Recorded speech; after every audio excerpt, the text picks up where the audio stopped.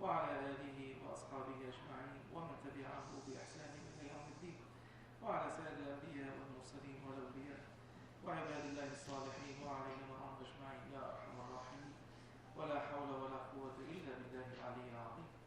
الله الله الله الله الله الله عزيز الله الله الله الله الله الله الله كريم الله الله الله الله الله الله سبحان الله الله الله الله الله الله سلطان الله أنت السلطان يا رب العالمين ونحن عبيدك العاجزون الفقراء الضعفاء اللهم تقبلنا وأدخلنا برحمتك في عبادك الصالحين يا رب. We are confirming and affirming and confessing Ya Rabbi that we are your servants.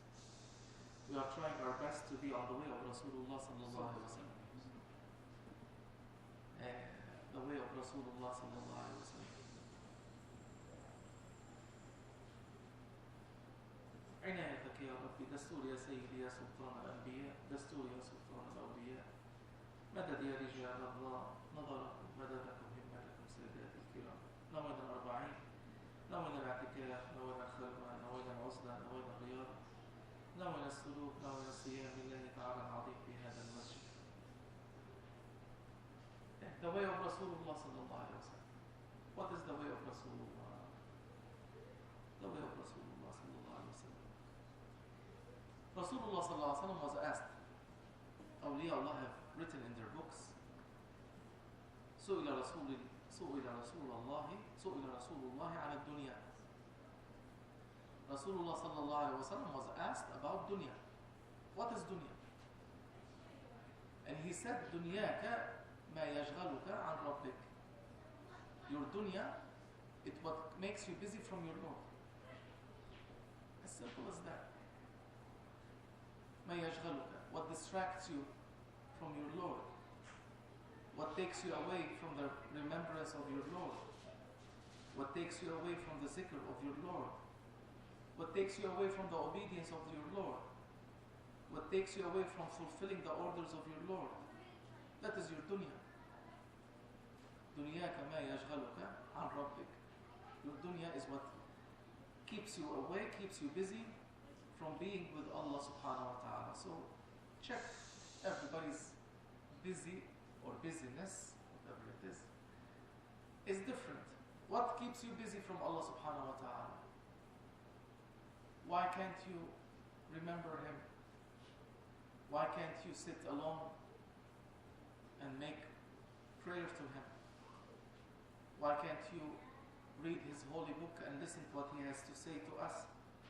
What keeps you away from Him? What is distracting you, O human being? That is your dunya.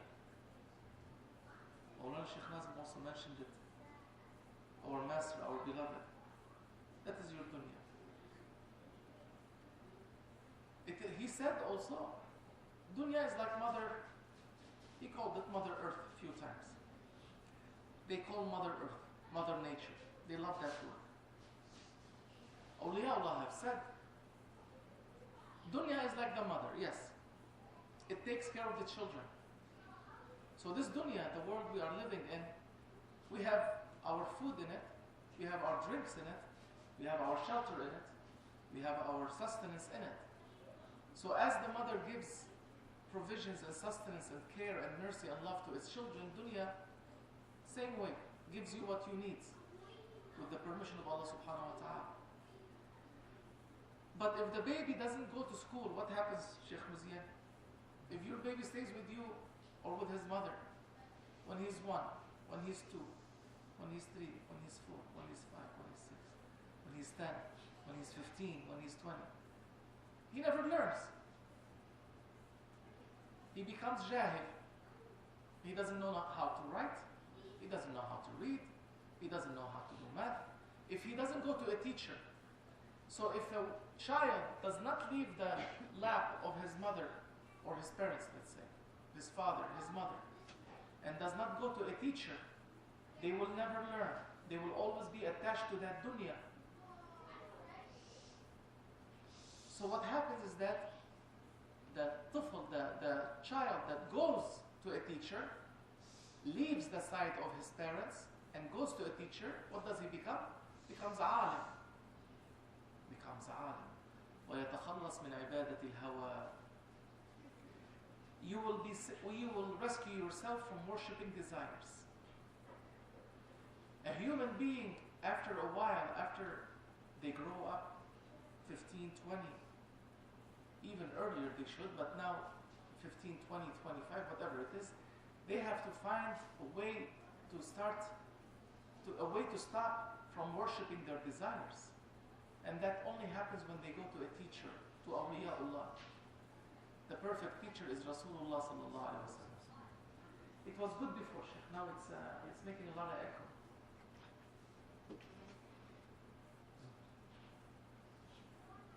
So if you never leave dunya, which distracts you from your Lord, this is dunya. Awliyaullah said that them, what is them? Criticize, right? Them with dunya. Blame. Don't blame dunya. Don't blame dunya. Dunya by itself is not to be blamed. It's what makes you busy from Allah subhanahu wa ta'ala by what you do in dunya, that's what you blame. Don't blame dunya for itself. You blame what makes you busy from Allah subhanahu wa ta'ala by going into dunya. So when a person leaves, a child leaves the lap of his mother, goes to school, he learns to read, to write, to calculate, and so forth. Becomes scholar, becomes alim, becomes knowledgeable. But when they don't leave the lap of their mother, they stay at home, they are illiterate. Same thing. You have to leave that dunya to a muallim. Mawlana Shaykh Nazim said so many times, Rasulullah sallallahu alaihi wasallam's name is Muallim an-Nafs al-Khayr. The muallim, the teacher of people, goodness. Rasulullah sallallahu alaihi wasallam has taught goodness to people. But so many people, they leave. They don't follow what Rasulullah sallallahu alaihi wasallam has said. They don't follow what Rasulullah sallallahu alaihi wasallam has brought. And actually not only that, they يطعن في الحديث. That's what he's saying here. They doubt hadith. That is the disease of nowadays scholars. They doubt the hadith of Rasulullah sallallahu alaihi wasallam. They put doubts in the ahadith of Rasulullah sallallahu alaihi wasallam, but by making all these excuses and reasons and names. In our way, in tariqah Mawlana Shaykh Nazim, نحن مذهبنا واحتراما للرسول, our way, and respecting Rasulullah sallallahu alaihi wasallam, whatever our ulama, our shuyukh have put in their books as hadith of Nabi sallallahu alaihi wasallam, we do not argue, we do not debate. Alim of the old times, Mawlana Shaykh Nazim said, has more wara', has more taqwa, has more honesty and sincerity and fear of Allah subhanahu wa ta'ala from all your scholars nowadays. Your scholars that have come this century and the century before and the century before. The imams of old times, that they have written in their books ahadith of Rasulullah sallallahu alaihi wasallam, that nowadays scholars, they are putting doubts in these ahadith. And by putting doubts in the ahadith, what do? They make people leave the hadith. Don't believe that. If the hadith is true and you are telling people not to believe that, what are you doing? You are making Rasulullah sallallahu alaihi wasallam's hadith munkar. You are lying, you kadhib. You are basically denying Rasulullah sallallahu alaihi wasallam's hadith advice. That is very dangerous. Our teacher tells us that nowadays الآن هناك قوم يكذبون حديث النبي صلى الله عليه وسلم. Now there are people that are putting that they are saying this hadith is a lie. موضوع أو ضعيف. Everybody knows the ضعيف. Okay, we'll take the ضعيف. They are putting doubts in the hearts and minds of people of a hadith of Rasulullah sallallahu alaihi wasallam. And Rasulullah sallallahu alaihi wasallam came to teach people khair, to teach people goodness, and you're putting doubt in his hadith. So you are making people leave that hadith. So you are أنت تنكر على النبي صلى الله عليه وسلم. You are making people not follow his advice. And Mawlana Shaykh Nazim is saying that whoever does that, Rasulullah sallallahu alaihi wasallam has given him the bishara. Bishara in the other way, the glad tiding.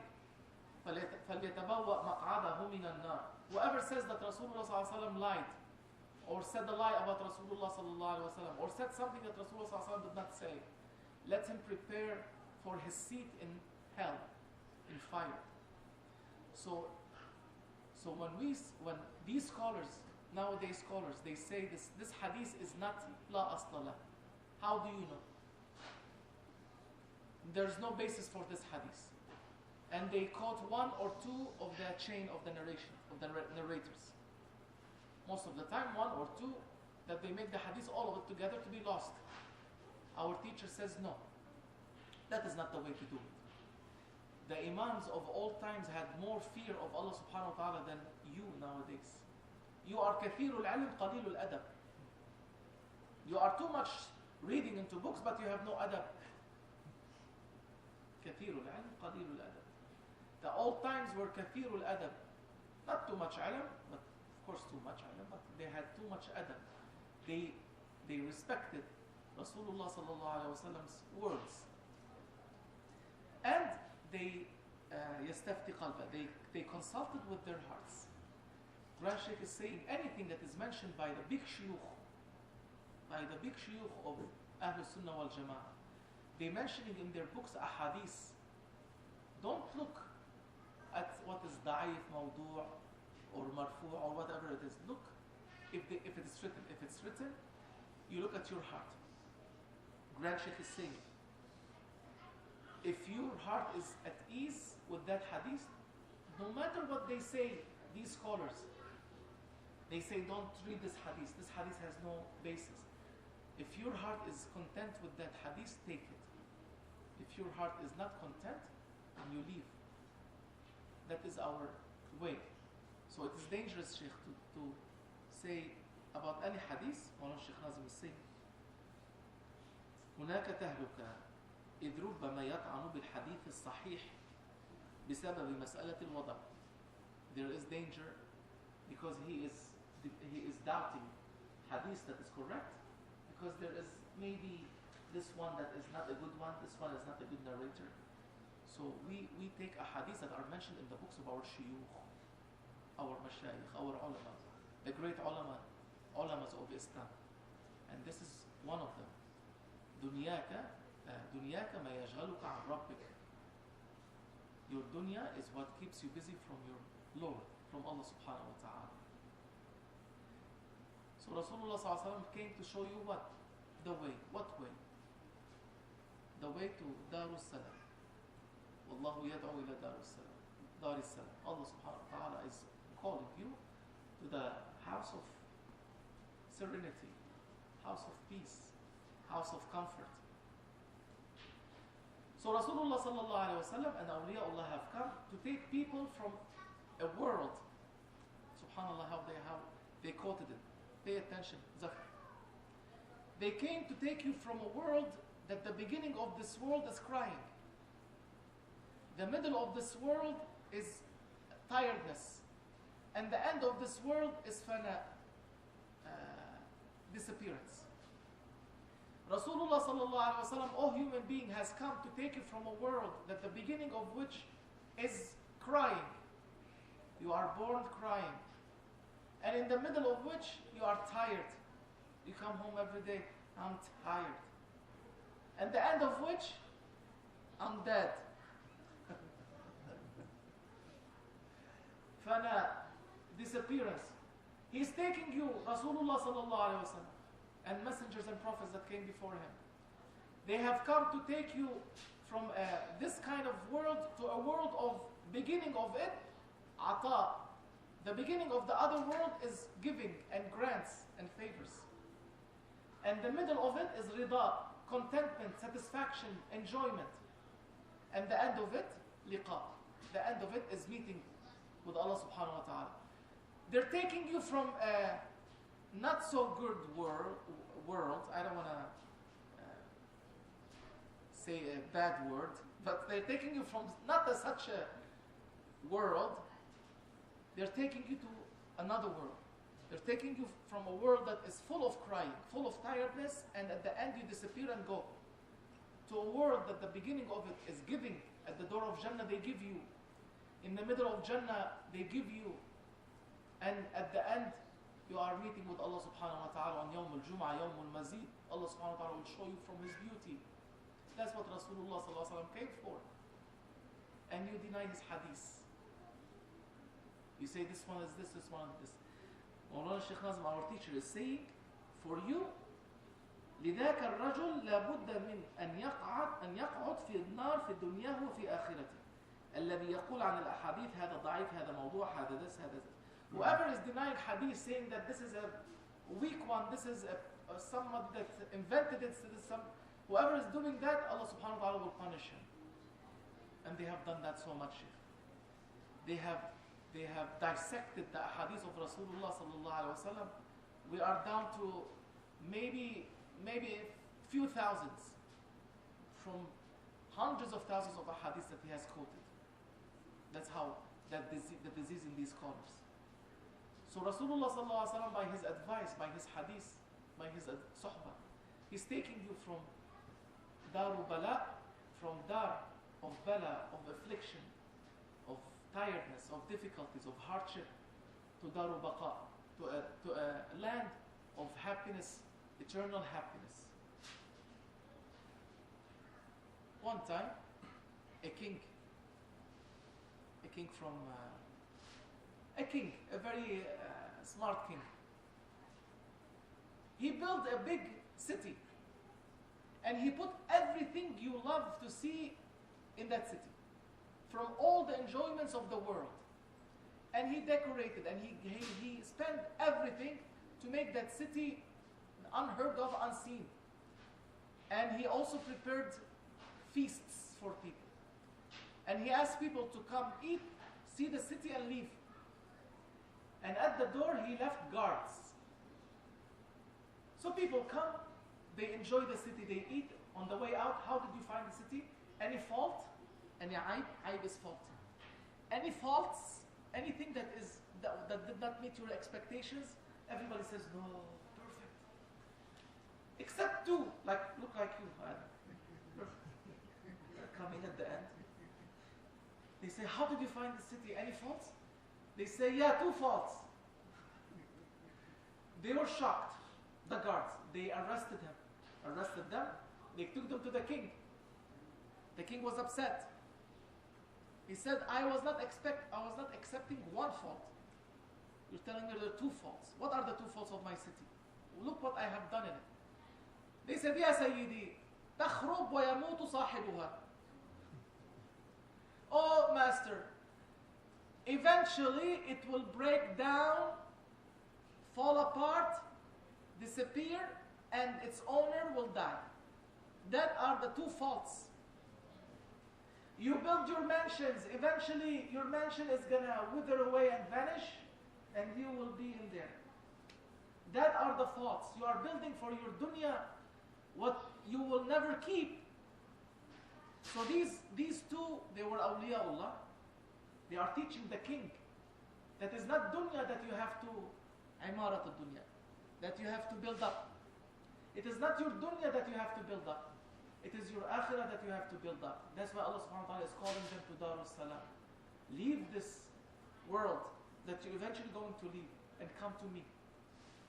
So they told him, the two faults of this great city is that it's gonna break down and become ruins. And the owners will die. They will not last. So he said, okay, which dar, which dar does not break down, and which dar, and which palace or which city does not break down and which city does not, the owner does not die? They said Al-Jannah. Jannah never breaks down. That city, that mansions, the palaces, the enjoyment, the pleasures in paradise, that paradise never breaks down, never disappears. Yours disappears, but Jannah doesn't.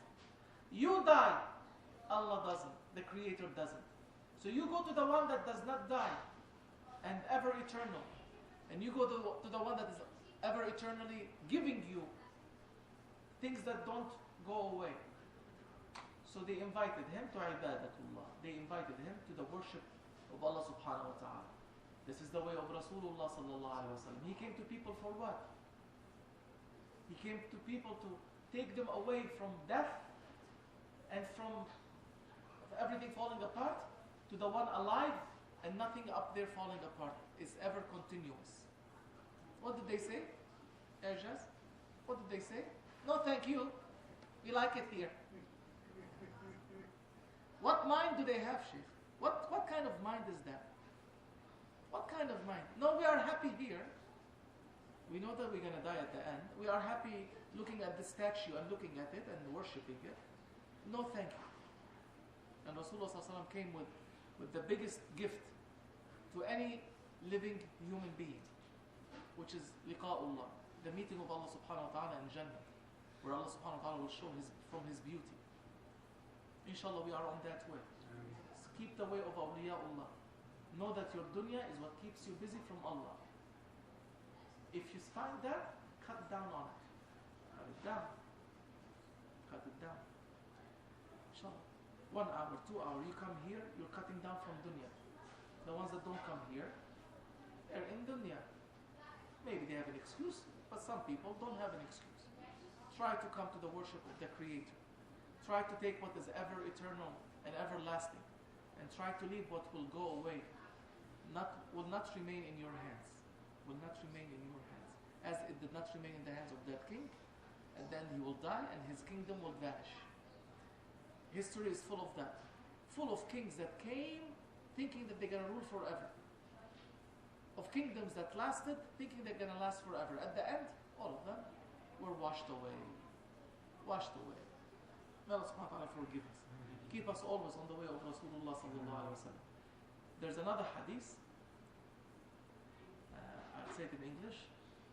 At sunrise, Rasulullah sallallahu alayhi wa sallam said, every day when sun rises, 2 angels come on its side. These 2 angels, they are calling onto creation. Everybody hears except jinn and ins, except humans and jinn. These 2 angels are calling people to what? Halummu ila rabbikum. Come to your Lord. Means come to His door. Come to the worship of your Lord. Come to the way of Jannah that He has shown you through Rasulullah sallallahu alaihi wasallam. Every time the sun rises, 2 angels come up and they call creation to their Lord. And try to be awake at that time and say, Labbaik Allahumma labbaik. Ya Rabbi, I am for you. I'm coming towards you. May Allah subhanahu wa ta'ala make us from His servants. Good servants. يا رب العالمين آمين بحرمة الحبيب وبسر سورة الفاتحة.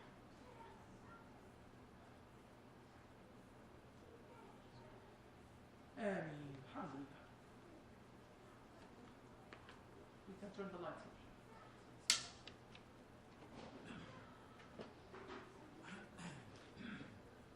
نوينا ختم الخارجتين.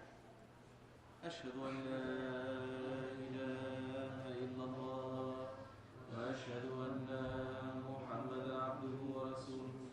أشهد أن لا إله إلا الله وأشهد أن محمدا عبده ورسوله. أشهد أن لا إله إلا الله وأشهد أن محمدا عبده ورسوله صلى الله عليه وسلم. أستغفر الله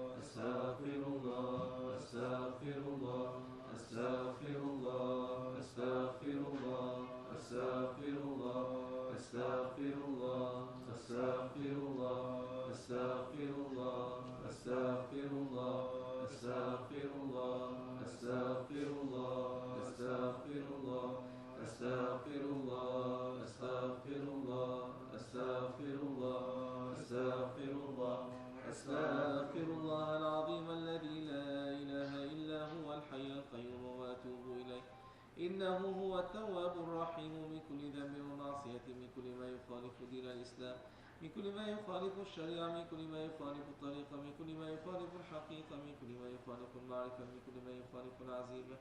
يا أرحم الراحمين يا الله. اللهم يا مسبب الأسباب، يا مفتح الأبواب، يا مقلب القلوب والأبصار، يا دليل المتحيرين، يا غياث المستغيثين، يا حي يا قيوم، يا ذا الجلال والإكرام. وأفوض أمري إلى الله، إن الله بصير بالعباد. رابطة الشريف. سورة الفاتحة. بسم الله الرحمن الرحيم. الحمد لله رب العالمين الرحمن الرحيم مالك يوم الدين. إياك نعبد وإياك نستعين. اهدنا الصراط المستقيم صراط الذين أنعمت عليهم غير المغضوب عليهم ولا الضالين. آمين. بسم الله الرحمن الرحيم. الحمد لله رب العالمين الرحمن الرحيم مالك يوم الدين. إياك نعبد وإياك نستعين. اهدنا الصراط المستقيم صراط الذين أنعمت عليهم غير المغضوب عليهم ولا الضالين. آمين. بسم الله الرحمن الرحيم. الحمد لله رب العالمين الرحمن الرحيم مالك يوم الدين. إياك نعبد وإياك نستعين. اهدنا الصراط المستقيم صراط الذين أنعمت عليهم غير المغضوب عليهم ولا الضالين. آمين. بسم الله الرحمن الرحيم. الحمد لله رب العالمين الرحمن الرحيم مالك يوم الدين. إياك نعبد وإياك نستعين. اهدنا الصراط المستقيم صراط الذين أنعمت عليهم غير المغضوب عليهم ولا الضالين. آمين. بسم الله الرحمن الرحيم. الحمد لله رب العالمين الرحمن الرحيم مالك يوم الدين. إياك نعبد وإياك نستعين. اهدنا الصراط المستقيم صراط الذين أنعمت عليهم غير المغضوب عليهم ولا الضالين. آمين. بسم الله الرحمن الرحيم. الحمد لله رب العالمين الرحمن الرحيم مالك يوم الدين.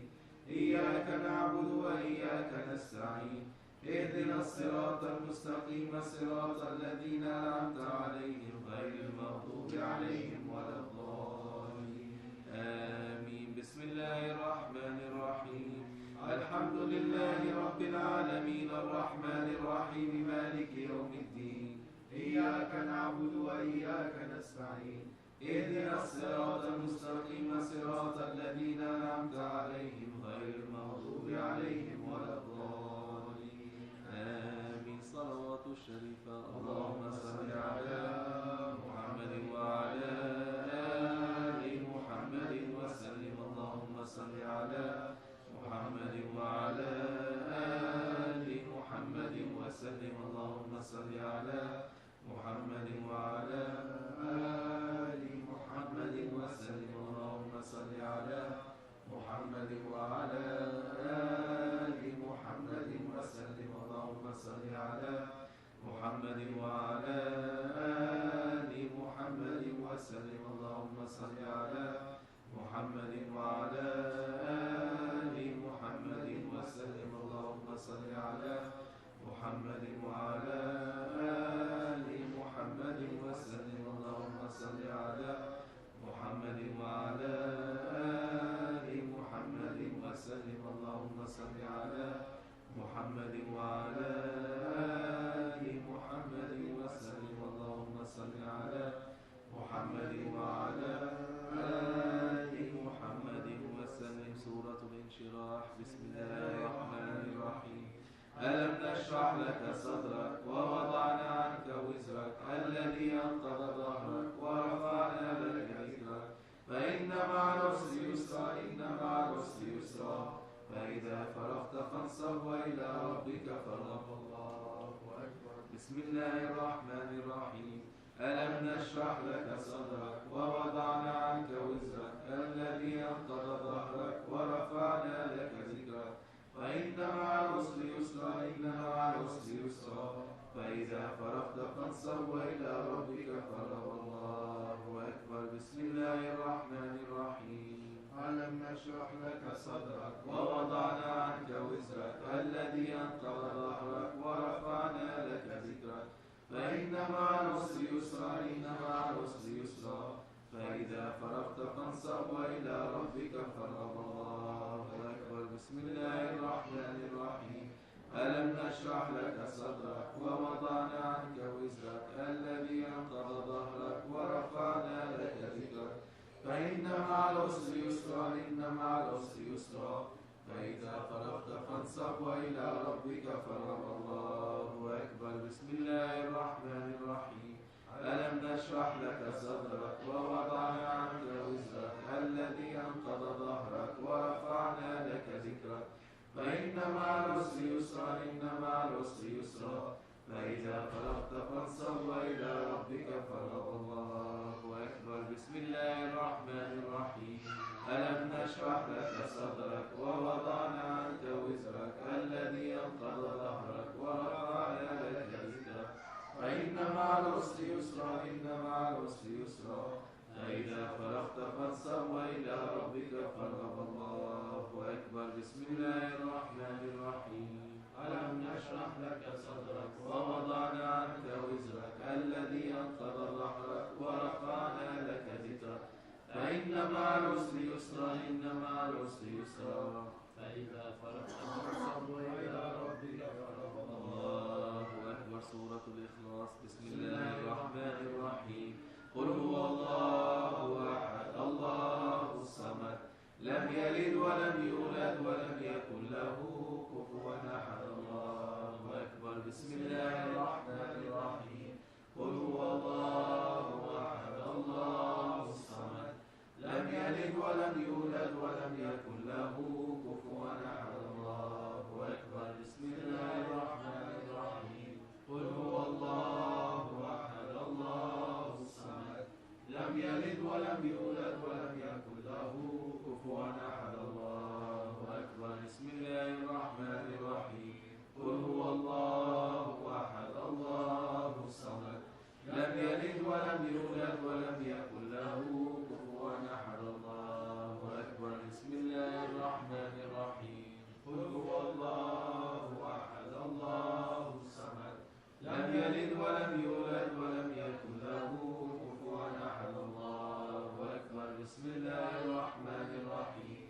قل هو الله أحد الله الصمد لم يلد ولم يولد ولم يكن له كفوا أحد. الله أكبر. بسم الله الرحمن الرحيم.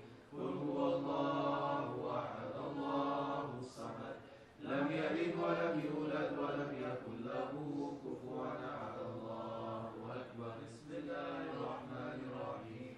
قل هو الله أحد الله الصمد لم يلد ولم يولد ولم يكن له كفوا أحد. الله أكبر. بسم الله الرحمن الرحيم. قل هو الله أحد الله الصمد لم يلد ولم يولد ولم يكن له كفوا أحد. الله أكبر. بسم الله الرحمن الرحيم. قل هو الله أحد الله الصمد لم يلد ولم يولد ولم يكن له كفوا أحد. الله أكبر. بسم الله الرحمن الرحيم. قل هو الله أحد الله الصمد لم يلد ولم يولد ولم يكن له كفوا أحد. الله أكبر. سورة الفاتحة. بسم الله الرحمن الرحيم. الحمد لله رب العالمين الرحمن الرحيم مالك يوم الدين إياك نعبد وإياك نستعين اهدنا الصراط المستقيم صراط الذين أنعمت عليهم غير المغضوب عليهم ولا الضالين. آمين. بسم الله الرحمن الرحيم. الحمد لله رب العالمين الرحمن الرحيم مالك يوم الدين إياك نعبد وإياك نستعين اهدنا الصراط المستقيم صراط الذين أنعمت عليهم غير المغضوب عليهم ولا الضالين. آمين. بسم الله الرحمن الرحيم. الحمد لله رب العالمين الرحمن الرحيم مالك يوم الدين إياك نعبد وإياك نستعين اهدنا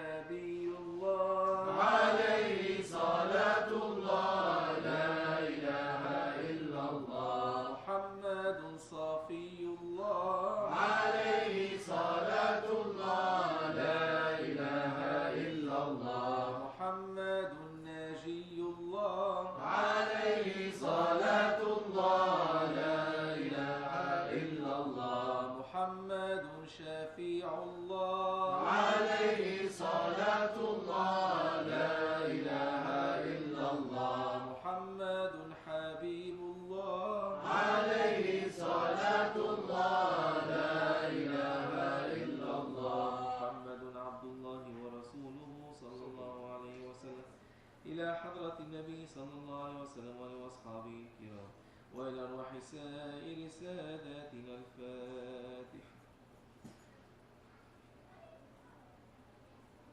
الله الله الله الله الله الله الله الله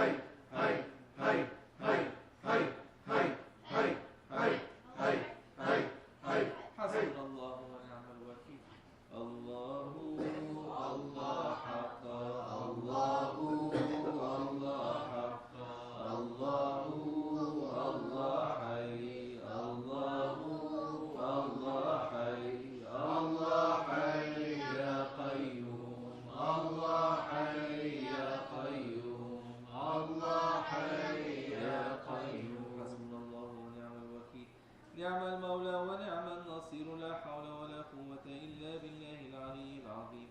ياهو ياهو يا دائم ياهو ياهو يا دائم الله ياهو يا دائم يا دائم يا دائم يا دائم يا الله يا حليم